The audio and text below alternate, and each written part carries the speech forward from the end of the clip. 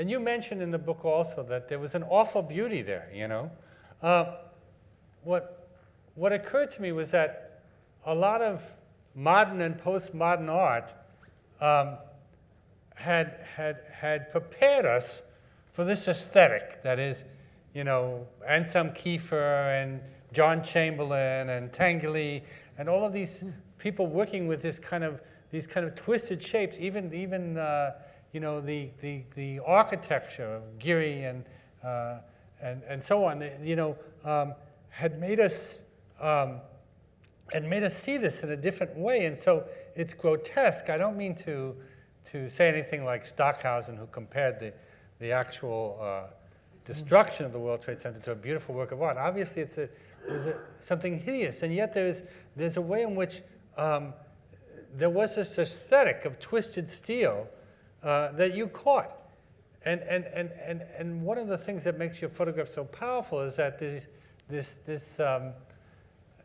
strange forest, this thicket, is so much in contradistinction to the grid and order of the skyscrapers around it.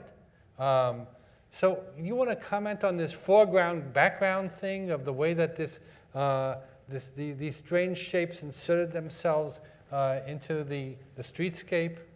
Yeah, I do. Actually, often people have asked me about this kind of awful beauty in the photographs as if I made it in some way, when in fact I didn't make it. It was there. I'm a realist. Yes. In the sense I only photograph what's in front of me. I can't invent it.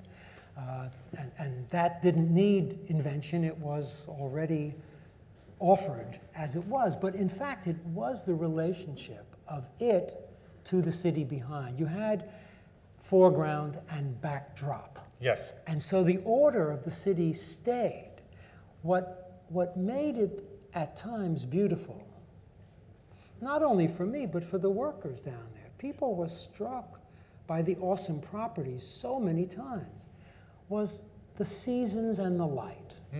You know, it's raining and fog is everywhere, and then the wind comes and blows it all away, and the sun comes out, and there's beams falling out, and the thing becomes magnificent. And smoke also. Yeah, I mean, it's filtering it, but these moments, you know, in this cataclysmic space, which is in the Romantic tradition of art, the Romantic painters in the 19th century always took that view. They painted a ruin in some kind of magnificent space with mountains in the background and lakes in the foreground. And it was to show some relationship to the past, and that the eternal past, and the fact that man makes a mark in nature and then nature swallows it up. And in a sense, being inside Ground Zero, I was witnessing this kind of connection again and again, and it overwhelmed me. I mean, I was helpless in front of it. I couldn't, you know, some people asked me over this last 10 years, why didn't you photograph this in black and white? And my sense was it would have kept it in the tragic mode entirely. Whereas the reality of color is that you have an exquisite blue and white day, and that's in front of you. Well, it's what Edmund Burke meant when he talked about the sublime, and it is this tradition of Caspar David Friedrich and the ruins and so on. You know, people, urbanists are changing their attitude towards ruins, and for instance, you know, the building on Roosevelt Island that's like for the insane asylum. You know, for a long time they thought, well, we have to prop it up, we have to restore it, and then they started saying, no, maybe we should just leave it a ruin and watch it quietly collapse. You know. Yeah. Process art. Process art, exactly. Did you ever, you know, regret the loss? I mean, for instance, that amazing shape that was called the shroud, you know, that comes to a kind of point. You know, did you miss it? I mean, was there a feeling that maybe that should be preserved?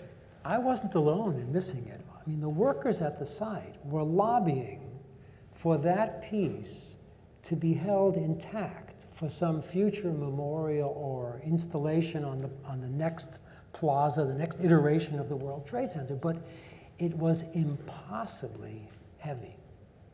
There was nothing they could do. In fact, one day, and it's in the book, they brought in 2 or 3 of these grapplers, and they tied the thickest steel cables from the grappler to the top of that structure, and they tried to pull it down, thinking that it might just come down like this, and they wouldn't, because otherwise, how do you move it? It's too heavy for any crane to move. And every time these cables snapped, and you would hear that zing as they flew apart, and you think, how could that cable snap? It's so strong. It holds bridges up.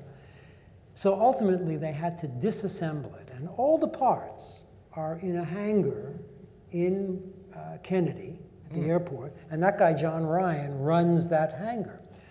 But what they did do is they saved 2 of the tallest tridents that were the base of the building.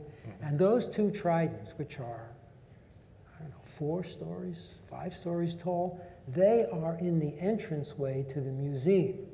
So when the visitor comes in, you will come down a flight of stairs or a ramp, and as you descend, these 2 prongs are standing there. So you have to navigate past them, and they seem to get bigger as you go down. So in some small way, that memento mori has been integrated.